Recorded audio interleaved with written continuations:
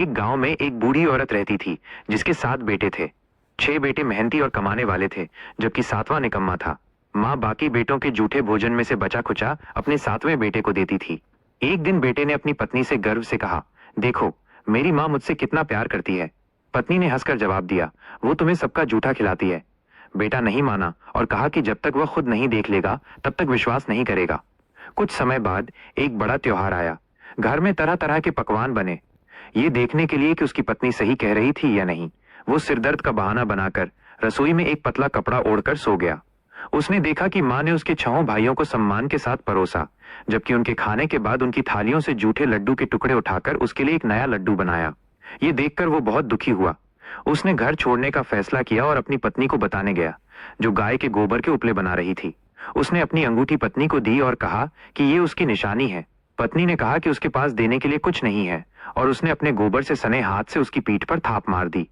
वो परदेश चला गया और एक साहूकार की दुकान पर काम करने लगा।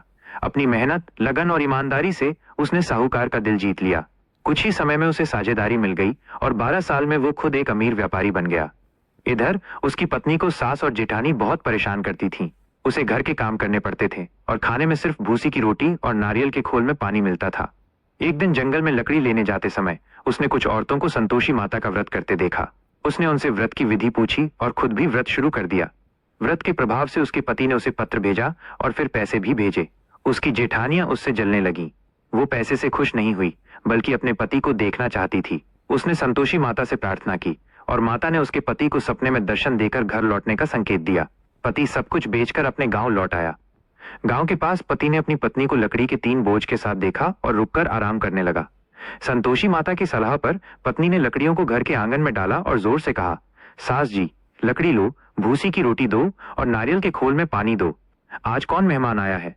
ये सुनकर सास ने घबरा कर कहा कि वो तो उसका मालिक आया है। पति ने अपनी पत्नी को पहचाना और अपने लिए एक अलग घर में रहने की व्यवस्था की।